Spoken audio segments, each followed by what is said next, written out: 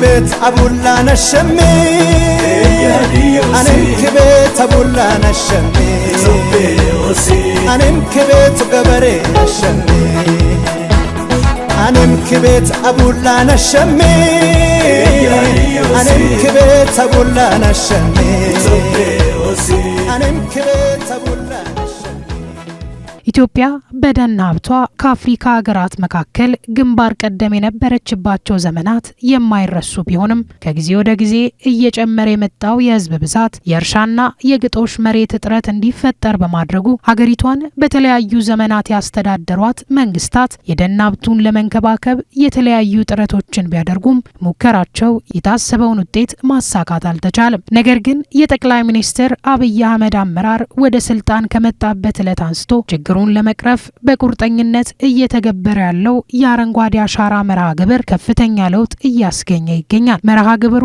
ሀገሪቱን በድጋሚ አረንጓዴ ገጽታን በማላበስ የገጠሩን ማህበረሰብ ህይወት በማሻሻል የአየር ንብረት ለውጥን የሚቋቋም መልክዓ ምድር በመገንባት በኩል የተሳካ የሚባል ውጤት አስገኝቷል። ውድ የተከበራችሁ የፕሮግራማችን ተከታታዮች በዛሬው መሰናዷችን በአገር አቀፍ ደረጃ የተጀመረውን የአረንጓዴ አሻራ መርሃ ግብር በተመለከተ ያዘጋጀነውን ፕሮግራም ወደ እናንተ የምናደርስ ይሆናል። አብራችሁን ቆዩ። የአረንጓዴ አሻራ መርሃ ግብር ጠቅላይ ሚኒስትር አብይ አህመድ በሐምሌ ወር 2011 ዓ.ም ያስጀመሩት የአረንጓዴ አሻራ መርሃ ግብር 7 ዓመታትን ያስቆጠረ ሲሆን በ4 ዓመታት ውስጥ 20 ቢሊዮን ችግኝ መትከልን ዓላማ አድርጎ የተጀመረው ይህ መርሃ ግብር በመጀመሪያው ዓመት ብቻ አንድ ሰው 40 ችግኝ መትከል በሚል መርህ ቃል 4.7 ቢሊዮን ችግኝ በመትከል እቅዱን ሙሉ በሙሉ ማሳካቱ አይዘነጋም። በመቀጠል በ2012 ዓ.ም 6 ቢሊዮን ችግኝ ለመትከል ታቅዶ ወቅቱ የኮቪድ ጊዜ ስለነበር በአንድ ጀንበር ባይተከልም እየተጠነቀቅን እንትከል በሚል መርህ ቃል በየአካባቢው የተካሄደ ሲሆን በ2013 ዓ.ም ደግሞ ኢትዮጵያን እናልብሳት በሚል መርሃ ግብር 7 ቢሊዮን ችግኞችን ለመትከል የተደረገው ጥረት ከሞላ ጎደል ስኬታማ ነበር ማለት ይቻላል።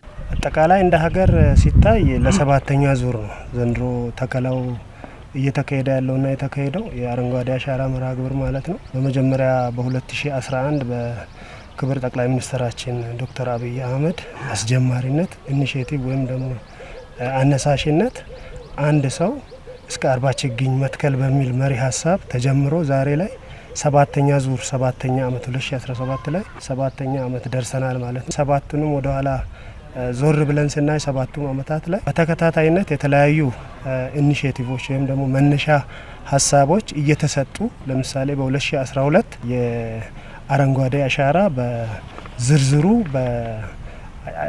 በኮቪድ ወቅትም ስለነበረ እየተጠነቀቅን እንትከል በሚል ከዛ በኋላ ደግሞ ሀገራችንን ኢትዮጵያን እናልብስ በሚል አሁን ላይ በጀመርነው ባለንበት ሁኔታ ደግሞ በመትከል ማንሰራራት ወደሚለው እስከ 7 አመት በተለያየ አይነት ርዕሰ ጉዳዮች ደግሞ ጽንሰ ሀሳቦች ነው እየተደረገ የነበረው። ጠቅላይ ሚኒስትሩ በተባበሩት መንግስታት ድርጅት 75ኛ ጠቅላላ ጉባኤ ላይ ባደረጉት ንግግር የኛ ዋነኛ ግብ የተራቆተውን መሬት በደን መሸፈንና የተሻለ ነገን መፍጠር ብቻ ሳይሆን ስራችንን አረንጓዴና ከአየር ጸባይ ለውጥ ጋር በተስማማ መልኩ ማከናወን ነው። አፋጣኝ እርምጃ መውሰድ እንዳለብን የሚያሳስበን ተጨማሪ ነጋሪ አያስፈልገንም። ምክንያቱም የአየር ጸባይ ለውጥ የሚያስከትለውን አውዳሚ ተጽዕኖ በመላው ዓለም በተለያዩ ቦታዎች ላይ በተጨባጭ አይተነዋል በማለት ለመርሃ ግብሩ ስኬታማነት ያላቸውን ቁርጠኝነታቸውን አስታውቀዋል። የኢትዮጵያ መንግስት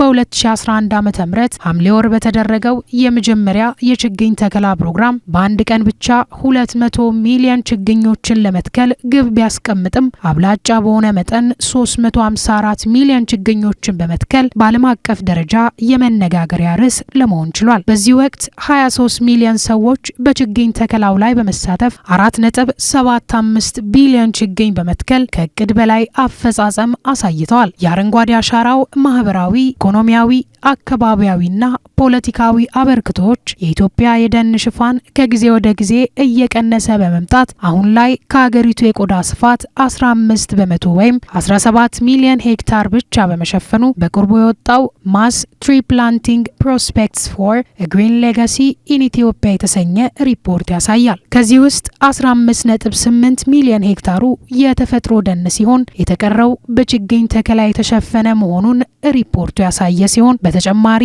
ሀገሪቱ በደን ምንጠራ ባዶ የሆነና ደንን መልሶ ለማልማት ምቹ የሆነ 15 ሚሊዮን ሄክታር ባዶ መሬት እንዳላት ሪፖርቱ ያሳያል። የአረንጓዴ አሻራ መርሃ ግብሩ ሀገር በቀል እሳቤ ከመሆን ባለፈ ባለቤቱና ተጠቃሚው ህዝቡ ብቻ በመሆኑ በዚህም በመርሃ ግብሩ በመታገዝ በርካታ የስራ ዕድል መፍጠር የተቻለ ሲሆን በተለይ ወጣቶችና ሴቶች ችግኝ በማፍላትና በመንከባከብ በስፋት ተጠቃሚ መሆን ችለዋል። ከዚህ ባለፈ መርሃ ግብሩ የተሻሻለ የግብርና አሰራር በማስፈን የምግብ ዋስትናን በማረጋገጥ የውሃ ሀብትን የብዝሃ ህይወት ጥበቃን በማረጋገጥ ዘላቂ ተጠቃሚነትን እንደሚያስገኝና በተጨማሪም ዓለም አቀፍ ተጠቃሚነትን ለማረጋገጥ የራሱ አስተዋጽኦን በማበርከት የግሪን ሃውስ ጋዝን ለመቀነስ እንደሚረዳም ተረጋግጧል። ሀገር አቀፉ የችግኝ ተከላ መርሃ ግብር ከተሞችን ከማስዋብ ባለፈ በዙሪያቸው የሚገኙና የተበከሉ ወንዞችን ደህንነት በማስጠበቅ የአረንጓዴ ውበት ማስጠበቂያ ቦታዎችን በዋና ዋና ከተሞች ተደራሽ ለማድረግ ያስችላል። እንደ ሀገር ሁለት ዋና ዓላማዎች አሉት። አንዱና የመጀመሪያው ከዚህ ከተፈጥሮ ሀብት በማስመለስ ወደ ነበረበት በማስመለስ የአየር ንብረት ለውጥን መቋቋም የሚችል ኢኮኖሚን መገንባት ነው።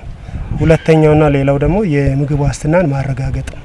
እነኚህን ሁለት ዋና አጀንዳዎች ይዞ ግን ህዝብን በነቂስ በማሳተፍ በአካባቢ ጥበቃ ተግባር ላይ ህዝቡ እንዲሳተፍ የማድረግ ተግባር እንደ ዓላማ ተይዞ በአረንጓዴ አሻራ መርሃ ግብር ላይ ተሰርቷል ማለት ነው። ከዚህ አንጻር በጣም አስደማሚ ውጤት የተገኘበት ነው። እንደ አፍሪካ እንደ ዓለምም በአንድ ጀንበር ላይ በሪካርድ የሰበርንበት ያው ማለት በጥቅሉ ስናይ በዚህ አመት እንኳን ብንወስድ ከእቅዱ በላይ 714.7 ሚሊዮን ችግኝ የተተከለበት ነው በአንድ ጀንበር።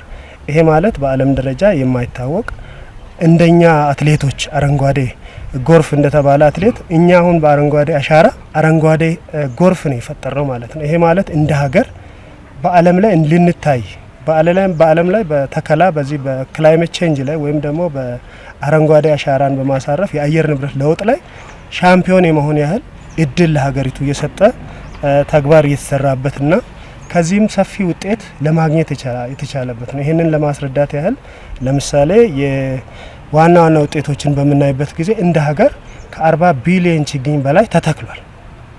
የዘንድሮን ሳይጨምር ማለት ይሄ ውጤት ነው። ሌላው ደግሞ የጫካ ሽፋንን ወይም ደግሞ የደን ሽፋንን ከ2011 ከነበረበት 15% ወደ 23.6% የማሳደግ ስራ ተሰርቷል ማለት ነው በዚህ አዲስ አበባ። ሌላው ደግሞ ከችግኝ ተከላ አንጻር ቅድም አንስቻለሁ በአንድ ጀንበር ሪካርድ የሰበርንበት በዚህ በአረንጓዴ በአካባቢ በአየር ንብረት ለውጥ ሻምፒዮን የሆንበት 714.7 ሚሊዮን ችግኝ እንደ ሀገር በአንድ ጀንበር የተከልንበት ነው። ይሄም ብቻ ሳይሆን ሰፊ የስራ እድል የተፈጠረበት ነው። ከ767 ሺህ ሴቶችና ወጣቶች በላይ በዚህ በችግኝ ዝግጅቱ ጀምሮ ስራ እድል በመፍጠር የራሳቸውን ገቢ ያሳደጉበት እነኚህም በተለያየ የችግኝ ጣቢያዎች ላይ የተለያየ ጉድጓድ ዝግጅቶች ላይ የተለያዩ ከዚህ አንጻር የገቢ ማስገኛ ስራዎች ላይ የተሳተፉ ሰዎችን ስናይ ዋና ውጤቶቹ ናቸው ብለን መውሰድ እንችላለን። ከጠቀሜታው አንጻር ግን ስናይ በዋናነት ከአካባቢ አንጻር የአካባቢ የካርበን ልቀትን በመቀነስ በ2030 በሰስተናብል ዴቨሎፕመንት ጎል በሚል ከተያዘው እቅድ ቀድመን የካርበን ልቀትን የመቀነስ አላማውን ያሳካንበት እና እያሳካን እየሄድን ያለንበት ጠቀሜታ እንዳለው እንዲሁም የውሃ አቅርቦትና የአፈር ጥረት መሻሻል እንዲደረግ እንዲሆን የተደረገበት አፈርም ውሃም የአፈር መጠን የክለቱ መጠን እየቀነሰ ወይም ደግሞ የአፈር ጥረት ማሻሻል ስራ እየተሰራበትና ውሃ ደግሞ በሚፈለገው ደረጃ እየጨመረ የመጣበት አካባቢ ጠቀሜታ አለው። ከኢኮኖሚ አንጻር የገቢ መጨመር ስራ ከፍተኛ ነው። ለምሳሌ ፍራፍሬ ዛፎችን ብንወስድ አቮካዶ፣ ማንጎ ዛሬ ላይ የገቢ ምንጭ ነው፣ የምግብ ምንጭ ነው። ስርዓተ ምግቡንና ምግብን ያሻሻለበት ሁኔታ አለ። ሌላው ደግሞ ከመድኃኒትም አንጻር የጫካ ውስጥ የሚገኙ የተለያዩ ቅመማ ቅመሞችንም ጭምር እንደ መድኃኒት ልንጠቀም የምንችል፣ ከቱሪዝምም አንጻር ደግሞ ሰፊ የቱሪዝም ሀብት እንደ ሀገር ከቱሪዝም አንጻር ደን ላይና አካባቢ ጥበቃ ላይ ያሉ ስራዎች እንደ ሀገር ሜጋ የሆኑ ትላልቅ የቱሪዝም አውታሮች የሆኑበት ነው። ከደን ውጤቶች እንክብካቤ ደግሞ የሚገኘው ለምሳሌ ከደን ውስጥ ሳር ማጨድ ይቻላል። ከደን ውስጥ ማር ማምረት ይቻላል። ለመኖ የሚሆኑ ሳሮችን ከዛ ውስጥ ማንሳትና ሌሎች ጥቅሞችም አሉት። ስለዚህ ደንና የደን ተዋጽኦን ተጠቅመን ደግሞ ገቢን የማሳደግ አላማዎችን ወይም ደግሞ ጠቀሜታዎችን ይዟል ማለት ነው። ከሁሉም በላይ የተጀመረው መርሃ ግብር የጎረቤት ሀገራትን ትኩረት በመሳብ ለጋራ ተጠቃሚነት በጋራ እንዲሰሩ ከማነሳሳት ባለፈ በቀጠናው በግጦሽ መሬት በውሃና በደን ሀብት እጥረት የሚፈጠረውን ግጭት በማስወገድ ስደትንና ከመኖሪያ ቀዬ መፈናቀልን ለማስቀረት ያስችላል። ለወጣቶች ያስገኘው አበርክቶ በየአካባቢው የሚኖሩ ስራ ፈጣሪ ወጣቶች ከሀገራዊው የአረንጓዴ አሻራ መርሃ ግብር ኢኮኖሚያዊ ጥቅም ማግኘት የቻሉ ሲሆን በእድሉ በመጠቀም ችግኝ በማፍላትና በማቅረብ ጉድጓድ በማዘጋጀትና ችግኞችን በመንከባከብ የራሳቸውን ገቢ አግኝተዋል። ባለፉት ዓመታት በተደረገ የችግኝ እንክብካቤ አማካኝ ውጤት 80.5 በመቶ የሚሆኑት መጽደቃቸውን የግብርና ሚኒስቴር ያወጣው ሪፖርት ያሳያል። በ2017 ዓ.ም በመትከል ማንሰራራት በሚል መሪ ቃል በአንድ ጀንበር 700 ሚሊዮን ችግኞችን ለመትከል ታቅዶ ከታቀደው በላይ 714.7 ሚሊዮን ችግኞችን በመትከል ከፍተኛ ውጤት መመዝገቡን መረጃዎች ያሳያሉ። እንደ ዘንድሮ በሀዲያ ዞንም 1.2 ሚሊዮን ዘርፈ ብዙ ጠቀሜታ ያላቸውን ችግኞች በመትከል የታቀደውን እቅድ ማሳካት ተችሏል። ተግዳሮት ሊሆኑ ይችላሉ ተብሎ ከሚታሰቡ ነገሮች አንጻር አንዱና የመጀመሪያው የኛ የደን አያያዝ ስርዓታችን ወይም ደግሞ ጽድቀት መጠን ላይ መሰራት ያለበት ስራ እንዳለ የሚያሳይ ነው። ከዚህ በፊት የነበረው የጽድቀት መጠናችን 84.5 ነው። ኦልሞስት አሁን ወደ 85% እየደረሰን ያለንበት ሁኔታ አለ።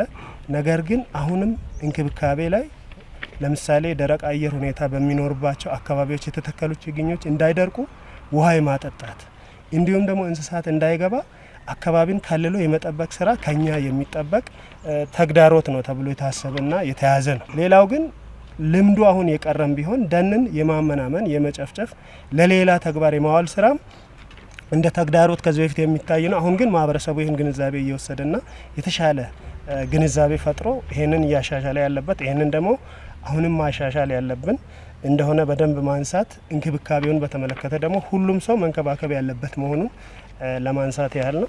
አረንጓዴ አሻራ ፕሮግራም መርሃ ግብሩን በጥቅሉ በምናይበት ጊዜ በዓለም አቀፍ ደረጃ ሊታወቅ የሚገባ ትልቅ ተግባር ነው። የኢትዮጵያ አረንጓዴ አሻራ ዛፍ ተክለን የምንሄድበት ብቻ አይደለም። ለቀጣይ ጄኔሬሽን ለቀጣይ ትውልድ ጥሩ አካባቢ አረንጓዴ አካባቢ የምናስቀምጥበትና ለቀጣይ የማህበረሰባችን ክፍል ደግሞ ያው ሁላችንም እንደምንለው አረንጓዴ የሆነ በደን ሽፋኑ በአየር ሁኔታው የተሻለ አካባቢ ምርታማና የተሻለ ዓለም ፈጥረን የምንሄድበት መሆኑን በደንብ ለማንሳት ፈልጌ ነው። ሮዝቬልት የሚባለው የ32ኛው የአሜሪካ ፕሬዝዳንት ያለውን ላንሳ። ምንድነው ያለው እሱ? ጫካ ወይም ደግሞ ጫካ የእስትንፋስ ለምድር እስትንፋስ አካል ነው። ጫካን ያጣን ቀን ምድርን አጣን የሚል አባባል ብሎ ነበር። በዛም ኢኒሼቲቭ እሱ ከ3 ቢሊዮን በላይ ችግኝ በአሜሪካ በሱ ዘመን ከሁለተኛው የዓለም ጦርነት አካባቢ ነው እሱ ፕሬዝዳንት የነበረው ያስተከለበት ኢኒሼቲቭ ዛሬ ላይ እንደ ምሳሌ የምንወስደው ነው። ነገር ግን ከዛ በላይ እኛ ዛሬ ላይ ያሳካ ነው በአመት 7.5 ቢሊዮን ችግኝ እየተከልን እየሄድን ያለ ነው። የጠቅላይ ሚኒስትራችን ኢኒሼቲቭ ደግሞ በጣም የሚደነቅ እንደ ሀገርም እንደ ዓለምም ደግሞ ትልቅ ሻምፒዮን የሆንበት ነው ማለት ነው። ከዚህ አንጻር ዋናውና የመጀመሪያው የህዝብ ተሳትፎ ነው። እዚህ ጋር ማንሳት ያለብን ህዝባችን በነቂስ ወጥቶ እየተሳተፈ ያለበት ነው። ለምሳሌ የአንድ ጀንበር ተከላውን እንኳ ብናይ በአገር አቀፍ ደረጃ ከ30 ሚሊዮን ህዝብ በላይ ይሳተፋል ተብሎ ተጠብቆ ነበር። 29.7 ሚሊዮን አካባቢ ተሳትፏል። እንደ ክልላችንም ከ1.5 ሚሊዮን ህዝብ በላይ ተሳትፏል። በዚህ በማዕከላዊ ኢትዮጵያ ክልል በአንድ ጀንበር ተከላ እንዲሁም በሀዲያ ዞን እንደኛ ደግሞ ከ240 ሺህ ህዝብ በላይ በአንድ ጀንበር ተከላ በመሳተፍ ከ1.2 ሚሊዮን ችግኝ በላይ ነው በዛ ቀን እንደ ዞን የተከል ነው። በተለያየ አይነት ችግኝ ነው። የችግኝ አይነት የደን አለ፣ የከተማ ውበት እና ጥላ አለ፣ ቀርከሃ ችግኝ አለ። ከዛ ውጪ ዘርፈ ብዙ ጠቀሜታ ያላቸው ችግኞች አሉ። የፍራፍሬ ችግኝ አለ፣ የመኖ ችግኞች ሁሉ አሉበት ማለት ነው። እነኚህን ችግኞች በመትከል ነው እንግዲህ ዘንድሮ ላይ ከ110 ሚሊዮን ችግኝ በላይ እንደ ዞናችን እንደ ሀዲያ ዞን የተከል ነው ማለት ነው። አጠቃላይ ይሄንን ካልኩኝ በኋላ እኛ ይሄንን የዞን ችግኝ ተከላ መርሃ ግብር እንዴት ነበር ያስኬድ ነው በሚለው ደግሞ ትንሽ ነገር ለማለት ያህል 3 ምዕራፎችን የተከተል ነው። ያው የስራው ምዕራፍ እንደዛ ስለሆነ ምዕራፎቹም ከዝግጅት ምዕራፍ ጀምሮ የተግባርና የማጠቃለያ ምዕራፎች አሉት። ስለዚህ መጀመሪያ በዝግጅት ምዕራፍ ላይ ያደረግነው ምንድነው በአመቱ መጀመሪያ በጀት በሚያዝበት ወቅት የችግኝ ዘር ግዢ ያካሄድንበት እንደ ዞናችን ሰፊ የችግኝ ዘር ዝግጅት ተደርጓል ማለት ነው። ከዚህ ጋር ተያይዞ የፖሊባግ ዝግጅት ግዢ፣ የችግኝ ጣቢያ ውስጥ ያሉ የተለያዩ የጉልበት ሰራተኞችን የመቅጠር እና ያንን ችግኝ ደግሞ እንዲተከል የማድረግና መጀመሪያ ዝግጅቱን ካጠናቀቅን በኋላ ነው ወደ ተከላው የመጣ ነው ማለት ነው ሰኔ ውስጥ። ስለዚህ አመቱን ሙሉ ሲሰራ የነበረው የዝግጅት ምዕራፍ ስራ ችግኝ ዝግጅት ከተጠናቀቀ በኋላ ወደ ጉድጓድ ዝግጅት ነው ሄድ ነው። ጉድጓድ ዝግጅት ከ2 ወር በፊት ከተከላ 2 ወር በፊት ጀምሮ ጉድጓድ ማዘጋጀት ጀምረናል። በተለይም በተመረጡ ቦታዎች በግለሰብና በመንግስት እንዲሁም በህዝብ ይዞታዎች ላይ ሰፊ ዝግጅት ጉድጓድ ዝግጅት ተደርጓል። እንደኛም ከ100 ሚሊዮን ጉድጓድ በላይ እንደ ዞን የማዘጋጀት ስራ ሰርተናል። ከዛ በኋላ ችግኝ የማጓጓዝ ስራ ነው የሰራ ነው። በእለቱ ችግኝ ከመጀመሪያ ደርሶ ቦታው ላይ ተከላ ሳይት ደርሶ በኋላ ችግኞችን በየቦታው በየሳይቱ እንዲደርሱ ካረግን በኋላ ችግኞቹ የመትከል ስርዓቱን በተከተለ መልኩ በእለቱና በመጀመሪያ ጀምሮ ያረግንበት ነው። ስለዚህም እንደ ዞን ላይ ማብሰሪያ አድርገናል። ዞን ላይ ስናበስር በሶሮ ወረዳ አቡና ቀበሌ ላይ ነው ያበሰር ነው።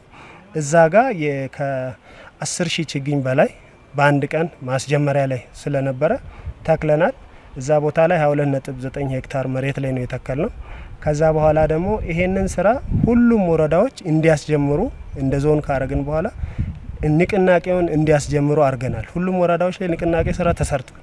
በ13ቱም መዋቅርና በ7ቱም የከተማ አስተዳደር መዋቅራችን በ20 መዋቅር ይህን ስራ የማስጀመሪያውን ስራ ሰርተናል። ከዛ በኋላ ግን ሰፊ የተከላ ስራ ከተካሄደ በኋላ ያው ሁላችሁም እንደምታውቁት ሐምሌ 24 ላይ የአንድ ጀንበር ተከላ በአንሌሞ ወረዳ ላይ ኤንጦ ቀበሌ ላይ ያደረግንበት በዛም ከ50 ሺህ ችግኝ በላይ የተከልንበት ነው። በዛ ቦታ ላይ ከ22 ሄክታር በላይ ቦታ ላይ ነው የተከልነው። ህዝቡ በነቂስ ወጥቶ ከ7000 በላይ ህዝብ ወጥቶ ነው የተከላውን ስራ ያስከሄድ ነው። ሌሊት 12 ሰዓት ተጀምሮ እስከ ቀትር ድረስ የቆየንበት ሁኔታ አለ። ስለዚህ አጠቃላይ የአንድ ጀንበር ተከላ እንደ ዞን ማጠቃለያ ስናደርግ በሐምሌ 24 ላይ ኤንጦ ላይ የአንሌሞ ወረዳ ላይ ተገኝተን የዞኑ ዋና አስተዳዳሪ በተገኙበት እንዲሁም የክልል እንግዶች በተገኙበት አጠቃላይ መርሃ ግብሩን ያረግንበት ነው። ይሄ ኢኒሼቲቭ ደግሞ እኛ ጋር ብቻ ሳይሆን እንደ ሀገርም ጠቅላይ ሚኒስትራችን ኢኒሼቲቭን ወስደው ተከላው በእለቱ ከ700 ሚሊዮን 714 ሚሊዮን የተተከለበት የኛንም ጨምሮ ነው ማለት ነው። እኛ በእለቱ 1.2 ሚሊዮን በ40 ሳይቶች በሼፕ ፋይል በተዘጋጀባቸው 40 ሳይቶች እንዲሁም ከተሞች ላይ 7ቱም ከተሞች ላይ የተከልንበት አጠቃላይ ነባራዊ ሁኔታ እንዳለ ለማሳየት ፈልጌ ነው። ማጠቃላይ ምዕራፉን ስንመጣ የጸደቃ ሁኔታ ነው። ከዚህ በኋላ ምናየው የአምናን ጸደቃ በምናይበት ጊዜ ቅድም ብያለሁ 85% አካባቢ ጸደቃ አለን። ግን ደግሞ የዘንድሮውን ጸደቃ ስራን በተመለከተ ድጋፍና ክትትል የሚደረግ ነው የሚሆነው። አጠቃላይ የወረዳ አመራር 20 መዋቅር ላይ ያለው የቀበሌ አመራር በየመንደሩ ያሉ አመራሮች ከዛ ውጪ የኛ ባለሙያዎችና የልዩ ልዩ የመንግስት ሰራተኞች እንዲሁም የከተማ ማህበረሰብ ከተማ ላይ በገጠሪቱ ወረዳዎች ደግሞ ገጠሩ ላይ ያለው ህብረተሰብ አርሶ አደሩ፣ ወጣቱ፣ ሴቶች ሁሉም ተሳትፈው በተለይ የእንክብካቤውንና በተለይም የእንክብካቤ ስንል የተተከሉ ቦታዎችን የመጠበቅ የመከለል ስራ በዋነኛነት ከዛ ውጪ ደግሞ ቆላማ የሆኑ ወረዳዎችም ስላሉ ውሃን የማጠጣት በዚህ አመት አንድ አመት ይህንን እነኝን ችግኞች ተንከባክበን ብናደርስ ለቀጣይ አመት ራሳቸውን ይችላል። ስለዚህ ራሳቸውን እንዲችሉ ለማድረግ ክትትል ተደርጎ የተተከለው ችግኝ ጸደቃ እስኪደርስ ራሱን እስኪችል እንደ ህፃን ተንከባክበን ይሄንን ችግኝ ማጎርመስ ወይም ደግሞ ትልቅ እንዲሆን የማድረግ አላማ ለሁሉም የህብረተሰብ ክፍል እግረ መንገዱን መልእክት ነው ማስተላልፈውና አጠቃላይ የዘንድሮ የአረንጓዴ አሻራን በተመለከተ ግን ያው እንደኛም ከ100% በላይ ያሳካንበት አመት ነው ብለን መውሰድ እንችላለን ማለት ነው። በችግኝ ተከላ መርሃ ግብሩ ውጤታማነት የተተከሉ ዘርፈ ብዙ ጠቀሜታ ያላቸው ችግኞች የጽድቀት መጠናቸው እንዲጨምር በባለቤትነት የአካባቢው ማህበረሰብ ያላሰለሰ ጥረት ወሳኝ እንደሆነ ይነገራል። በአረንጓዴ አሻራ መርሃ ግብር በተለያዩ ጊዜያት የተሳተፉ አካላት የተተከሉ ችግኞችን በአግባቡ ለመንከባከብ ያላቸውን ቁርጠኝነትና ፍላጎት ገልጸዋል። ችግኝ ማለት ለኔ ህይወት ነው። ችግኝ መትከል ማለት ደን ማለት ህይወት ነው። ከምግብ አንጻር እና ደግሞ የምንተነፍሰውን አየር ከማግኘት አንጻር የአካባቢውን አየር ንብረት ከማሻሻል አንጻር የአፈርና ውሃ ጥበቃ ስራ ማለት አፈርን ከመጠበቅ አንጻር እንዲያው ደግሞ እና እንደምንተክለው እንደዚህ ሜዳማ ሳይሆን ተራራማ ቦታ ላይ የሚተከሉ ችግኞች ውሃ ስርገት እንዲጨምር በማድረግ እንዲያው ደግሞ የከርሰ ምድር ውሃን በማበልጸግ ትልቅ ወይም ከፍተኛ ሚና ስለሚጫወቱ የአረንጓዴ አሻራ ስራ መቼም ያው ለሀገርም ለህዝብም እንዲሁ ደግሞ ለአየር ንብረትም ለምግብም በጣም ጠቃሚና አስፈላጊ ወሳኝ ነገር ነው ብዬ አምናለሁ። እና እንደ ሀገር እየተደረገ ያለው የአረንጓዴ አሻራ ስራ በጣም ለሀገሪቷ ኢኮኖሚም በጣም የሚጠቅም ነገር ነው። በተጨማሪ ደግሞ ለአየር ንብረት እና ለተፈጥሮ ሀብት ጥበቃ ስራም በጣም የሚጠቅም ስራ ነው እየተሰራ ያለውና እና የተሰራው ባለው ስራ እኔም የስራውን ከምደግፉ አንዷ ነኝ። ኢትዮጵያ መሬት እኮ በስፋት በደን የተሸፈነ እንደሆነ ነው የምንነገረው። አሁን ግን በአሁን ጊዜ ከቅርብ ጊዜ ወዲህ ማለትም የአረንጓዴ አሻራን ከጀመርንበት ጊዜ ጀምሮ ዝቅ ብሎ የነበረው ወደ ታች ዝቅ ብሎ የነበረው በመቶ ወደ 3.5 ወደ 3.6 ወደ 2.7 ዝቅ ብሎ የነበረው በአረንጓዴ አሻራ ልማት ወደ 16% ከፍ ብሏል። 16 በመቶ ማለት ነው። ወደዛ ከፍ ብሏል። ያ ማለት እኮ የደን ሽፋን እየጨመረ ነው። ደኑም ደግሞ የተገባውን ጥቅም እየሰጠ ነው። የሀገሪቷንም የምግብ ዋስትናንና የዚህን የአየር ንብረቱን ጉዳይ እናን ደግሞ የአፈርና ውሃ የመጠበቁን ስራ እያሳካን ነው ማለት ነው። ያም ማለት በተዘዋዋሪ ምርትና ምርታማነትን እየጨመርን ነው ማለት ይቻላል። እየተተከለ ያለው ችግኝ ለአገሪቷ በጣም ጥቅም አለው። ያም ለምንድነው ከምግብ ዋስትናን ከማረጋገጥ አንጻር ትልቅ አስተዋጽኦ ያለ ስራ ነው።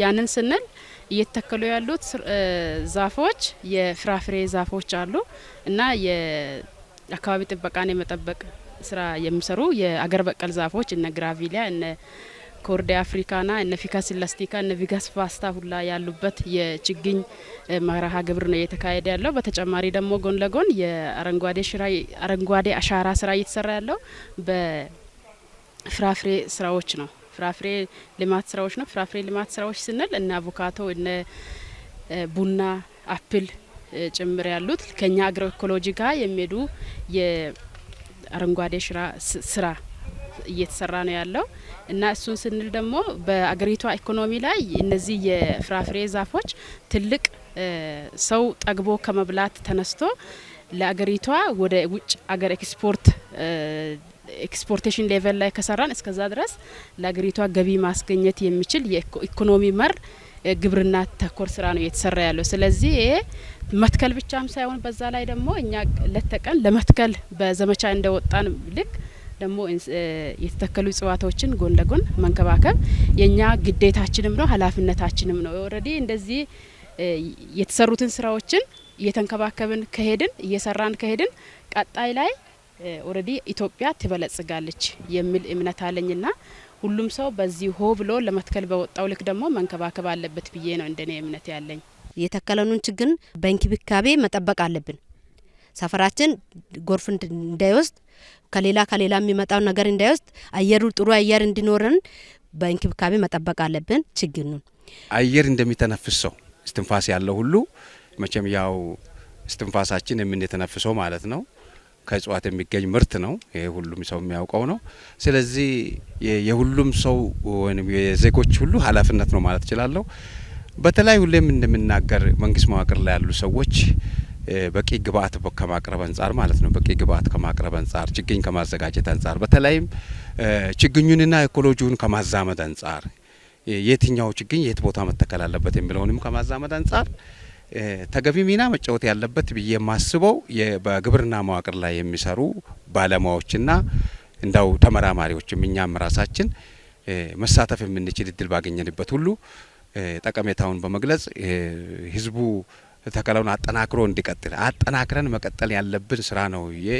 የመኖር ያለ መኖር ጉዳይ እንደሆነ ስላወቁ ይመስለኛል ጠቅላይ ሚኒስትሩ ይህንን ኢኒሺያቲቭ እንዲቀጥል ያደረጉት ግንባር ቀደም በመሆን ከሁሉም ስራ ግንባር ቀደም በመሆን በተገኙበት ሁሉ ሰዎች ችግኝ ተክለው ነው ወቅት ሲሆን ማለት ነው። በችግኝ ተከላ ወቅት ላይ ችግኝ ሳይተክሉ ወደ ሌላ ስብሰባ ሌላ አጀንዳ ውስጥም አልፉ ያንን ከሰሩ በኋላ ነው ወደዛ የሚሄዱትና ስለዚህ እኛም በየድንበት ሁሉ ስለ አረንጓዴ አሻራ ማቀንቀን ይኖርብናል፣ መስራት ይኖርብናል፣ መሳተፍ ይኖርብናል ብዬ አስባለሁ። የሚተከሉ ችግኞችን የአካባቢው ማህበረሰብ በባለቤትነት እንዲጠብቁ በማበረታታትና የገቢ ምንጭነትም እንዲጠቀሙ ማገዝ ያስፈልጋል። የዘርፈ ብዙ ጠቀሜታ ያላቸው ችግኞች በአብዛኛው የሚተከሉት በግለሰብ ማሳ ላይ ነው፣ ወይ በግለሰብ ጓሮ ነው፣ ወይ በመንግስት ተቋምም ቢሆን ጥብቅ ቦታ ላይ ነው። አቮካዶ፣ ማንጎ፣ ሌሎች እነሱን ግለሰቦቹ ይንከባከባሉ በራሳቸው። ለዚህም ነው ጸደቃ ፐርሰንቱ ከፍ ያለው። ዘርፈ ብዙ ጠቀሜታ ያላቸውን ችግኞች እየተከልን ስለመጣን ጸደቃው ህዝቡ ያንን የመጠበቅ የግሉ ይዞታውም የተቋምም ይዞታ ቢሆን የተጠበቀ ቦታ ስለሆነ ጸደቃው ፐርሰንት የጨመረው አንዱ በሱ ነው። ሌላውና ሁለተኛው ግን ደን ችግኞች የሚተከሉበት ቦታ ላይ የማህበረሰብ ናቸው። ደን ችግኝ ቦታዎች እነሱ አካባቢዎች ማህበረሰቡ በየአካባቢው ተደራጅቶ በማህበር የመጠቀም ባህል ሊዳብር ይገባል። ይሄንን እየሰራንበት ያለ ሁኔታ አለ። ደን የተከልንባቸው አካባቢዎች ላይ ማህበራት አሉ።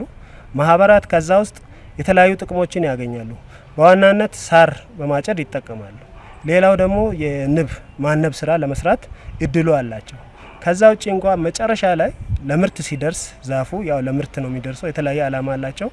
የግንባታ የማገዶ የተለያየ አላማ ነው ደን ለሚተከለውና ለምርት ሲደርስ ማህበረሰቡ ከሽያጩ ከ50% ያላነሰ ገቢ ለማህበረሰቡ ነው የሚገባው እንጂ እኛ ሄደን ወይም ደግሞ መንግስት ከሆነ ቦታ ሄዶ ደኑን ምንም የሚያደርገው ነገር የለም። የዛው ማህበረሰብ ንብረት ነው ማለት ነው። ስለዚህ ይሄንን ሁሉም ማህበረሰብ መጠበቅ አለበት። ቅድም ብያለሁ፣ በየአካባቢ ማህበረሰቡ አለ። ደኑ ያለ አካባቢ ላይ ደን ላይ ያለ አካባቢ ላይ ያሉ ቀበሌ መዋቅርም ሆነ እዛ አካባቢ ላይ ያለው ማህበረሰብ በማህበር የተደራጀው ያንን የመጠበቅ የመንከባከብ ግዴታም ኃላፊነትም አለበት። እዚህ ጋር ግዴታ ስንል የተሰራው የወጣው ወጪ ቀላል ስላልሆነ በብር በሚገመትበት ጊዜ በቢሊዮኖች የሚገመት ብር ነው። አንድ ችግኝ እኛ 100 ሚሊዮን ችግኝ ተክለናል እያልን ነው። አንድ ችግኝ በትንሹ 10 ብር ብንል 1 ቢሊዮን ማለት ነው። ግን እኛ አንድ ችግኝ በ10 ብር አናገኝም።